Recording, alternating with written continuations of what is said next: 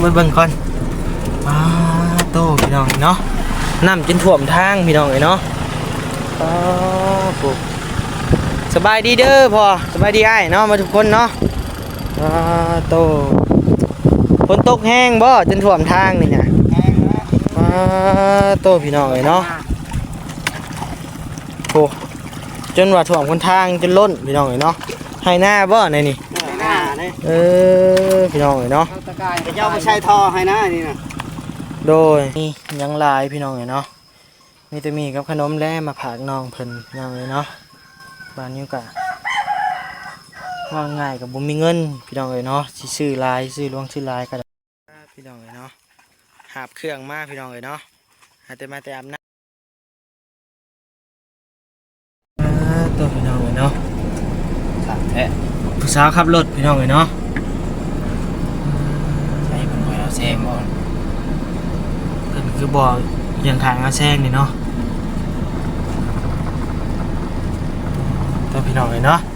เมื่อนี้ก็มาพบมาพอกับช่องบานิวอีกแล้วพี่น้องเลยเนาะใช่คือบริงเขาเลยเป็นคือบริงเนาะมาพบมาพอกับบานิวกับบาวันชัยคือเก่าพี่น้องเลยเนาะมีเห็ดได้ปะมาพ่ออยู่ที่พารานไซคือเก่าพี่น้องเลยเนาะสบายดีเด้อบาวันชัยเนาะดีบัดโดยวันนี้ก็คนขับรถให้บานิวโดยเป็นประธานเหมือนเป็นบานิวเป็นประธานเหมือนนี่พี่น้องเลยเนาะนะพี่น้องเลยวันนี้ก็ขอกราบทักทายสบายดีพ่อแม่พี่น้องเด้อมาทุกผู้ทุกคนเนาะเอามาชมคลิปบานิวพี่น้องเลยเนาะโตขับรถพี่น้องเลยสาวบานิวก็ได้ถุงมือนี่เป็นยิงขับรถโดยบานิวก็ยินดีต้อนรับมาทุกผู้ทุกคนเด้อที่เข้ามาหาชมคลิปบานิวพี่น้องเลยเนาะเมื่อนี้ก็มาเปิดภาพอยู่เครื่องรถคือเก้าพี่น้องเลยเนาะก็คือเนาะเปลี่ยนบรรยากาศไหมมาเปิดคลิปอยู่เทิงรถเทิงล่างเนาะพี่น้องเนาะมากับบ่าวพันไซ2 คนคือเก่าพี่น้องเลยเนาะมือนี้ก็ได้บ่ได้มาลายมือแล้วมาเมืองพารานไซนี่บ่ได้มาลายมือแล้วเนาะพี่น้องเนาะเป็นโดนถือว่าเถื่อ3 มื้อเป็นว่าเถื่อมาทุกมื้อว้าว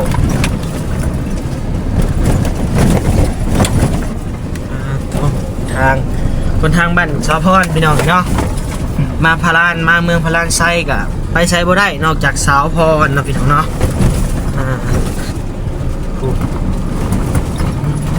ต้องสีใช่ไหมคนไปสังเกตโฮสีขาวเนาะมาแต่ละมือบ่ได้เห็นได้เนาะบ่ได้สังเกตดอกบ่เห็นตาบ่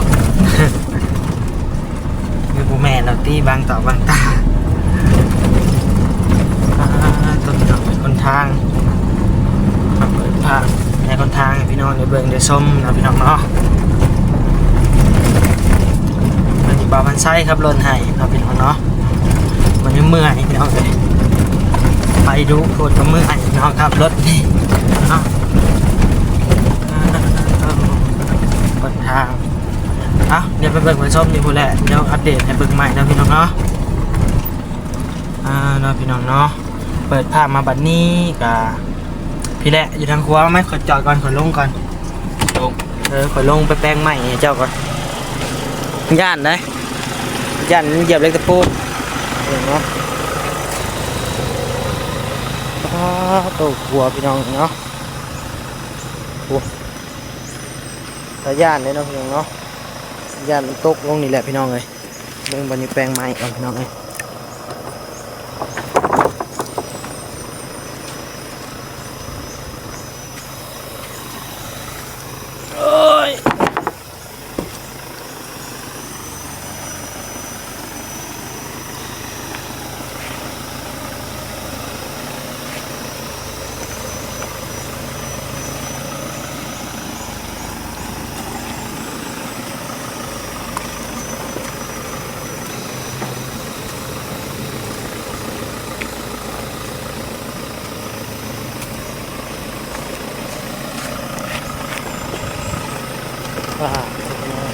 เป็นตะย่านเลยเนาะพี่น้องเนาะ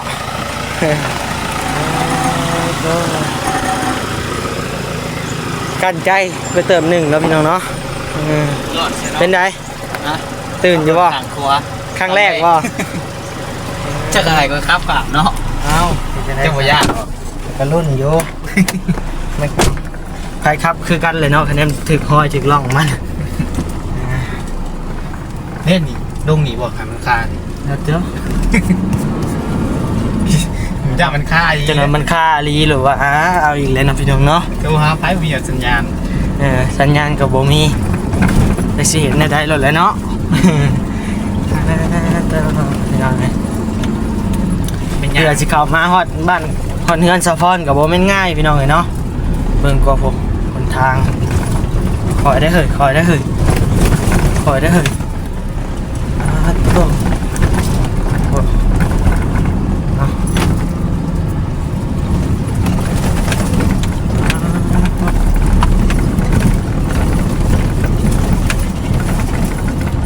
บ่อยากว่าวเลยคนทางเนาะพี่น้องเนาะ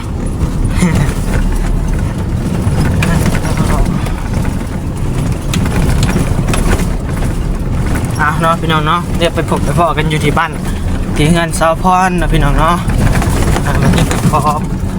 เบิ่งขับรถก่อนนะพี่น้องเนาะพี่น้องเนาะคนทางจนขาดพี่น้องเนาะ ฝนตกแห้งได้เบิ่ง ไปทางหน่อยค่านี่ได้นี่ได้ ทางฝนตกลงอยู่ เดี๋ยวเบิ่งก่อนจอดก่อน ไปได้อยู่ ไปก่อนจ้ะเดี๋ยวหน่อยค่อยลงไปเบิ่งก่อนจอดค่อยลงไปเบิ่งก่อนโตพี่น้องเนาะน้ำจนท่วมทางพี่น้องเนาะปุ๊บสบายดีเด้อพ่อสบายดีอ้ายเนาะมาทุกคนเนาะโตฝนตกแห้งบ่จนท่วมทางนี่นะโตพี่น้องเนาะโอ้จนว่าท่วมคนทางจนล้นพี่น้องเนาะให้หน้าบ่ในนี่พี่น้องเนาะ เจ้าไม่ใช่ท่อให้นะนี่นะ โดยจนว่าท่วมให้หน้าท่วมทางเลยพี่น้องเนาะ ท่อให้ฉันเอาท่อให้สบายแล้วคนถึงเนี่ยกระท่อมใช่ โดยโต ลงโดให้ตะกา ให้ตะกร้าก็จนหมดเลยพี่น้องเนาะตายปีนี้บาดนี้ตกดีกับตกโพดตกเรือเนาะตกจนว่าท่วม ตกเดียวนี่แหละเดียวนี่ได้แห้งนะ พี่น้องเนาะ ลูกลอง โอ้โห มีแล้วตกมีน้ำเจ็บไม่นาน เนาะพี่น้องเนาะ บอกกามันเหี่ยวมาแล้ว โดยขับไปก็เด้อบัดนี้เด้อน้ำยังกับใบซื้อมาซ้ำเอ็มร้อยก็ได้ บ่มีซ้ำเดี๋ยวเข้าไปผู้กันเดี๋ยวเบิ่งเดี๋ยวผู้กันเนาะพี่น้องเนาะท่วมมืดให้น้องให้หน้าเพิ่นตกแห้งกับตกโคตรตกเรือพี่น้องเนาะโตท่วมเลยเพิ่นว่าเมื่อคืนนี่ ฝนตกแห้ง แม่ หน่อย ตัวพี่น้องเลยเนาะจนถ่วมบนทางพี่น้องเลยถ้าว่าตกอีกบาทหนึ่งนี่ถือว่าเขาเมื่อบ่ได้เลยนะ ขาด เขาเมื่อบ่ได้เลยเนาะพี่น้องเลยถือว่าคะแนนพ้นตกอีกเทื่อหนึ่งนี่รถบอนิวจังไดก็เมื่อบ่ได้พี่น้องเลยเนาะ สิบ่เห็นหนทางอะไร มันบ่เห็นหนทางพี่น้องเลยเนาะ จังได้งม ตัวขนาดงมกับเสียงลงคลองหน้าหนึ่งแล้วพี่น้องเนาะเดี๋ยวไปเจออยู่ทางบ้านทางเงินสาวพรบุญแล้วเนาะพี่น้องเนาะอัปเดตให้พี่น้องเบิ่งเป็นช่วงๆไปพี่น้องเลยเนาะเบิ่งเรื่องคนทางเลยพี่น้องเลยเนาะมันกับบ่ค่อยดีบันไดพี่น้องเนาะคือว่าง่ายกับคนทางบ้านนอกบ้านเฮาพี่น้องเลยเนาะก็เป็นอย่างนี้แหละพี่น้องเนาะเดี๋ยวไปพบไปพอกันอยู่ที่บ้านสาวพรเด้อพี่น้องเด้อพี่น้องนี่เนาะฮอดแล้วมาเจาะมาถึงฮอดบ้านสาวพรมาฮอดจอดถึงเนาะ เอามาจอดมาถึง จักว่าวเนี่ยใด ลงใจผ้าแห้งนะดัน เข้านี่เลยจอดนี่ได้ครับ โตจอดนี่ก็ได้ย้อนเฮ้ยไพ่กันนะ กำลังน สาวน้อยโมแมนเลยเนาะพี่น้องเลยเนาะ ปิ๊ก ฮอดแล้วทางบ้านทางงานสาวพรพี่น้องเนาะมาจอดมาถึงแล้วเนาะพี่น้องเนาะ กำลังกินข้าว ไปหนักเนาะมามือนี่ก็เปื้อนอีกแล้วพี่น้องเนาะ มามือใดเปื้อนมือนั่นพี่น้องเนาะมาทางบ้านทางงานสาวพรนะพี่น้องเนาะเห็นยังครับกินข้าวบ่กินกับยังอันเนี่ยโตกินคาขกเลยพี่น้องเนาะกินยังเด่นเฮียกินยังอันเนี่ยตำยัง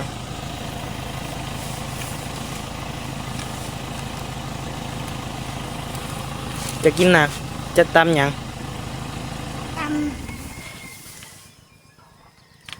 ตำยังเลย รู้จัก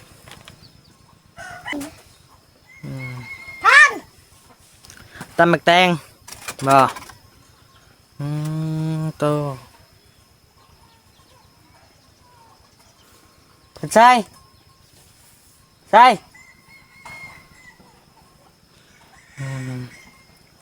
ใช่เอาขนมให้ก่อนแน่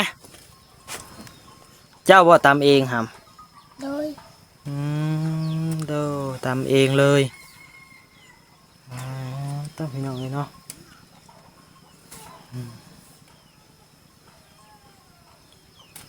เบิ่งเนาะพี่น้องเนาะเดี๋ยวบัดนิวลงไปเอาขนมก่อนเนาะพี่น้องเนาะเอามาให้น้องเพิ่นพี่น้องเลยเนาะนะพี่น้องเนาะนี่แหละไอ้กะเอานี่มาฝากมีกับขนมอ่ะเลยเนาะบัดนี้กับบุมียังหลายพี่น้องเลยเนาะมีแต่มีกับขนมและมาฝากน้องเพิ่นพี่น้องเลยเนาะบัดนี้กะ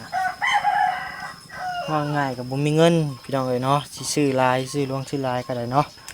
เงินเดือน YouTube กันยังบ่ได้พี่น้องเลยเนาะจ้างรายได้ยังบ่ได้นะพี่น้องเนาะต่อน้องซื้อยังน้องนะเจ้าซื้อยังเจ้านะ ไทย ซื้อไทยไทยบ่น้องไทยพี่น้องเลยเนาะน้องไทยน้องสะพรเหมือนบ่ โดย น้องสะพรพี่น้องเลยเนาะบัดนี้มาก็เห็นเพิ่นนั่งกินข้าวกับตำหมักแตงพี่น้องเลยเนาะเพิ่นตำเองเพิ่นพี่น้องเลยตำเองบ่ โดย แซ่บอยู่บ่ เซฟ พี่น้องเลยเนาะเพิ่นตำกินเองเพิ่นพี่น้องเลยกินมึงดูขนมครับแซ่บบ่กินเบิ่งลองชิมเบิ่งต่อพี่น้องเลยเนาะนี่แหละพี่น้องเลยเนาะครับกินข้าวกินน้ำค่ะกินกับหมักแตงพี่น้องเลยเนาะบ่มีซีนบ่มีไข่กินเนาะมีอยู่บ่ซีนมีบ่ซีนกินบ่มีแต่กินกับแบบนี้เลยเนาะตำหมักตอกตำหมักแตงยังไปแล้วเนาะน้องเนาะโตพี่น้องเลยน้องสาวพรผู้นี้วันนี้ก็ยังบ่เคยเห็นจักเถื่อเนาะพี่น้องเนาะวันนี้ก็บ่ได้มาดูวันใดก็เฮิงๆมาเทื่อหนึงก็ 2-3 มื้อมานะพี่น้องเลยเนาะวันนี้ก็ยังบ่เห็นครอบครัวเพิ่นหมดทุกคนพี่น้องเลยเนาะยังบ่เห็นครบเห็นมาหลักๆก็เห็นแต่สาวพรพี่น้องเลยกับน้องเพิ่น 2-3 คนนั้นพี่น้องเลยเนาะน้องผู้นี้วันนี้ก็ยังบ่เห็นจักเถื่อเนาะพี่น้องเนาะมาครั้งแรกเห็นเพิ่นนั่งกินข้าวกับตำหมักแตงพี่น้องเนาะฟ้าคนทางบ้านเพิ่นกะเนาะพี่น้องเอ้ยน้ำท่วมน้ำล้นหมดเดือนนี้ก็ได้คะแนนว่าตกมาอีกเทื่อนี่คือว่ารถบานิวออกบ่ได้เลยพี่น้องเอ้ยเนาะสาวพรไปใส่หำ พุ่น อยู่เงินไม่เท่าบ่เงินไม่ตู้อยู่ใส่ อาบน้ อาบน้ำสาวพรไปอาบน้ำพี่น้องเอ้ยเนาะต่อเอาเนาะวันนี้ก็สิถาเบิ่งสาวพรมาก่อนเนาะพี่น้องเนาะจังดีถ่ายพี่น้องเลยเนาะน้องเพิ่นก็อิ่มแล้วบ่ข้าวเด้คันบ่อิ่มก็ต้มมีกินอีกนี่ ำโดย มันบ่ได้มีแห้งเด็กกินข้าวกับมันนะ ต้มมีใครแน่ยังว่ามีนั่นนี่เนาะพี่น้องเอ้ยเนาะพี่น้องเอ้ยเนาะวันนี้ก็สิโจคลิปไว้ก่อนนะพี่น้องเนาะ เดี๋ยวถ่ายเฉพาะมาเดี๋ยวมานิวอัปเดตให้เบิ่งใหม่พี่น้องเลยเนาะคือว่าเห็นได้ยินข่าวดีบอกพี่น้องเนาะว่าสิได้ไฟได้น้ำแล้วพี่น้องเลยเนาะได้ไฟฟ้าพี่น้องเลยคือว่ามีผู้รักผู้ใหญ่สิลงไฟให้บ่น้องพี่น้องเนาะเดี๋ยววันนี้ก็คลิปไปก่อนนะพี่น้องเนาะสบายดีพันแน่ สวัสดี โดยพี่น้องเลยเนาะหาบเครื่องมาพี่น้องเลยเนาะหาแต่มาแต่อาบน้ำ ป่าทุ่งรุดได้ ระวังสินรุดได้เนาะตามหลายอย่างกำลังอยู่ โตทางนี้เราบ่ห้ามซอยกันติ ทางนั้นสินกับสิรุดห้ามกับห้ามเนาะพี่น้องเนาะโตสาวพรพี่น้องเลยเนาะสบายดีเด้ออาบน้ำบ่ สักเครื่อง เรียกว่าอาบน้ำเนาะ มาถัดอาบ ไปซักเครื่องพี่น้องเลยเนาะ ใช่แล้วขึ้นตากเพิ่งพวก ขึ้นตากอยู่บนได้ ซอยฮะได้บ่ ได้บ่ได้บ่ ก็จะตัดก็จะไป ตีลังกาลงน่ะเอาอีกแล้วเนาะ ตากทงแล้วหลุดเดี๋ยวพวกแห้ง เอาอีกแล้ว เอานิ้วมากล้าเข้าใกล้บ่ หวาย บ่กล้าได้เลยเนาะถ่ายใกล้ๆกับพ่อพี่น้องเลยเนาะตัวพี่น้องเลยบรรยากาศทางบ้านทางเงินสะพรพี่น้องเลยเมื่อคืนนี่ฝนตกบ่สะพรอ้าวบ่ได้ตกบ่เมื่อคืนนี่เมื่อวานนี่บ่ตกยังน้ำคือท่วมมาได้ซะอยู่นะ ถ่วมเต็มหวาน ท่วมคนทางเลย แมน ตัวพี่น้องเลยเนาะบ่ได้มียังมาผากลายได้มื้อนี้ได้ คือว่าแล้วพี่น้องไอ้บ้านนี้กับบนมีเงินพี่น้องไอ้เนาะตั้งอยากมาซื้อพี่น้องไอ้เนาะไม่ได้มีเงินมีคำลายดอกพี่น้องไอ้เนาะซื้อของฝากชิ้นน้อยชิ้นหนึ่งเนาะพี่น้องเนาะเดี๋ยวกินข้าวกินน้ำแล้วบ่มื้อนี้ กินแล้ว กินแล้วกินกับหยังเด้ กินแกงเขียด แกงเขียดพี่น้องไอ้เนาะแกงเขียดเมื่อวานนี้เขาอ้ายเพิ่นมาอยู่บ่วานนี้ เดินมาประมาณ5 โมง 4 โมง คือว่าได้ยินข่าวดีบ่ได้ว่าสิได้ไฟฟ้าบ่ เดินทางเบาตุ้ง บาตูนบ่ผู้ใหญ่ทั้งบาตูน เลย พี่น้องเนาะบัดนี้ก็ดีใจนำเด้อสะพรเนาะแล้วก็ขอบมกขอบใจผู้ใหญ่มาทุกคนที่ชดที่ซอยเพิ่นพี่น้องเนาะบัดนี้ก็ขอบมกขอบใจหลายๆเด้อพี่น้องเด้อที่ยังหักแพงน้องเพิ่นเนาะพี่น้องเนาะบัดนี้ก็ดีใจนำเด้อสะพรเด้อที่ได้ไฟฟ้าเนาะมาบัดนี้ก็บ่ยากซื้อเอาพาวเวอร์แบงค์มาแล้วบัดนี้เนาะอันว่าบัตรเข้าไฟฟ้าแล้วนะฮู้ว่าพาวเวอร์แบงค์แบตสำรองนะมาเสียบไฟรถบัดนี้บ่ยากซื้อเลยบ่อยากถือมาพี่น้องเนาะอันนี้ยังพาวเวอร์แบงค์เมื่อลมแบตเมื่อพี่น้องเพื่อเมื่อเฮือนพี่น้องเนาะรถบานิวกระสากแบตกับบุกเข้าอยู่ได้เข้าซ่าพี่น้องเลยเนาะลิ้นมันรถเมื่อก่อนนะพี่น้องเนาะได้ไฟฟ้ามาก็โอ้ดีใจนำเนาะมีไฟมีน้ำคือบ้านคือเมืองเพิ่นเนาะพี่น้องเนาะต่อเมื่อได้เพิ่นว่าสิมาเข้าไฟให้ บอกเมื่อวานนี้เมื่อวันพฤหัส วันพฤหัสบ่เข้าไฟให้ เดิน จันทร์คานมื้อนี้วันจันทร์เนาะ เดิน คานพุธพฤหัสวันพฤหัสนะพี่น้องเนาะเลยอีก3 มื้อ2 มื้อพี่น้องเนาะต่อหาสร้างในบ้านนี่บ่เข้าให้ แม่ มีบ่อยู่ฮะบ้านนี่กัน เพิ่นมาแม่นแบบทางนาบ่าวเพิ่นโทรมาบอกคนทางนั้นคน เด้อทางประตูนหาให้บ่เดือนนี้ได้ บ่ถามแม่ค่ะ โดยคนในบ้านนี่เนาะคนแถวบ้านบริเวณบ้านเนาะ โดยไปถามเพิ่นในทางประตูให้ทางลมทางประตู โดยเพิ่นล้มราคาเลยบ่ ลมแล้ว เท่าใดอะนะ ออก ครับ งานซา 6 ล้าน 3ลงไฟนี่ได้ เดิน ป้าตัวพี่น้องเนาะ6 ล้าน 3ก็เกือบหมื่นเนาะพี่น้องเนาะป้าลงไฟบ่ธรรมดาพี่น้องเนาะเดือนนี้ ก็คือว่าเลยเนาะพี่น้องเนาะอยากมีไผมีหยังนำหมู่กันเนาะต่อไผฟ้า6 ล้านพี่น้องเนาะวันนี้ก็ดีใจนำสะพรเด้อพี่น้องเนาะจะได้ไฟฟ้าได้ไฟได้น้ำหมู่น้ำคูเงินเดซ่าไม่ก็คือว่าเพิ่มขึ้นหลายแทบบาทนี่ โดย พอแล้วบ่ไม่บาทนี่ ถ้าเห็นถากอ้ายเพิ่นก็ได้ลูกคอแล้วบ่ พอแล้วเหลือแต่ค่าช่างเนาะบาทนี้เนาะ โดย คะแนนว่าได้ยินวันนี้ก็เบิ่งอยู่ดอกคลิปบาลีเนาะพี่น้องเนาะคือว่าไอรีเพิ่นว่าเนาะพี่น้องเนาะถ้าว่าได้ค่าช่างแล้วเนาะพี่น้องเนาะจะลงมือเลยพี่น้องเลยเนาะไม่ยังก็พอหมดแล้วพี่น้องเลยเนาะต่อรักษาได้พอแล้วบ่ชาวพร รักษาอย่าง ชาวเฮือนนี่ อ๋อยังถามโทรถามครูถามประตูสังบ่ทันได้ แม่นมือนะประตูนสั่งอยู่พี่น้องเลยเนาะแต่ว่ายังบ่เห็นมาจักเทื่อเนาะพี่น้องเนาะสั่งจากเช้าก็3บ่ โดย แม่นสั่ง3เนาะพี่น้องเนาะมันบ่พอ3เสาพี่น้องเลยเนาะประตูนยังสั่งอยู่แต่ว่าบ่ฮู้ว่ามื้อใดได้พี่น้องเนาะต่อ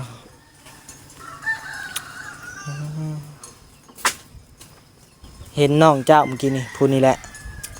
นั่งกินตำหมักแตงอยู่เพิ่นตำเองเพิ่นบ่ คริสต์มาส นั่งกินข้าวกับตำหมักแตงเพิ่นว่าเก่งเนาะเฮ็ดกินเองก็เป็นน้อยๆนึง ละเพราะว่าเอ้ยบ่ได้อยู่เอ้ยไปสัก แล้วบ่อยู่แล้วเฮ็ดกินเองหิวแฮงอยากแห้งนะพี่น้องเนาะถ้าว่าสิท่าเอื้อยก็เห็นเอื้อยเฮ็ดเวียกหลายแล้วเนาะจังว่าเฮ็ดกินเองเพิ่นนะแซ่บอยู่บ่ขนมหำตัวอย่างเนาะมื้อวานนี่ผู้ว่าฝนตกชื้นบ่ แม่ มื้อชื้นพี่น้องเอ้ยเนาะ ตกให้เลย ตกแห้งบ่ แม่น่ะเปียก เจ้าก็นอนในนี่เปียกหมด บ่เคยนอนเทินประตู อืม นอนเทินประตูก็จะนับเปียกหมดเสื้อผ้าห่ม เอ มันก็ อ เปียกว่าผมปานสระเลยเปียก เรื่องไม่ตู้กับหัวคือกันอีก แม่น พี่น้องเลยเนาะบัดนี้ก็ยังไปขับไปเบิ่งจักเถื่อเงินประตูไม่ตู้เพิ่นเนาะพี่น้องเนาะมันก็คือกันนี่แหละเนาะหัวมันคือกันแหละเนาะ โดยเบิ่งคือมันใหญ่ซื่อแต่ว่าทางมันจะเข้า โดยคือว่ามันบ่มีกันสาดนะนี่พากระแตะซื่อๆพากระตาดนะพี่น้องเนาะก็เป็นแบบนี้แหละพี่น้องเอ้ยเนาะอยู่ทางเฮือนใหญ่เพิ่นก็ได้ แต่มันหมุนหมดแล้วพี่น้องเอ้ยเนาะพากระตาดก็ได้ลุผู้พังหมดแล้วพี่น้องเอ้ยบัดนี้แนมไปก็ได้เนาะ โดย เขาอ้ายยังเพิ่นไปถ่ายแล้วบ่อยู่พอ ทายทางบ่าวยาวก็ทาย พี่น้องก็อาจจะฮู้ๆแล้วเนาะพี่น้องเนาะเพราะว่าช่องอ้ายเพิ่นเข้าไปถ่ายแล้วนะพี่น้องเนาะว่าเป็นแนวใดทั้งบ่อนนอนทั้งน้องจะได้สับบ่ได้เป็นหยังบ่แฮงบ่เว้าเลยเนาะ เปียกกว่าเก่าเปียกกว่าหมู่อีกแล้วเนาะเพราะว่ามันเป็นหลังคากระตาดพี่น้องเอ้ยเนาะเป็นหญ้าพี่น้องเอ้ยหญ้ากันหญ้าลุผู้พังมันเลยพี่น้องเอ้ยมันจะไงเว้าเลยพี่น้องเนาะเปียกหมดคะแนนวันฝนตกก็ได้เอาเนาะบัดนี้ก็สิได้จบคลิปเพียงเท่านี้เด้อพี่น้องเด้อบัดนี้ก็ขอบคุณใจเด้อพ่อแม่พี่น้องเมื่อทุกคู่ทุกคน FC ทุกคู่ทุกคนเนาะที่เข้ามารับชมคลิปบัดนี้เนาะพี่น้องเนาะนี่ก็ขอบคุณใจหลายๆเนาะอันนี้ก็บ่มีคำว่าหยังหลายมีแต่คำว่าสบายดีและสวัสดีเด้อพี่น้องเด้อโดยบ๊ายบาย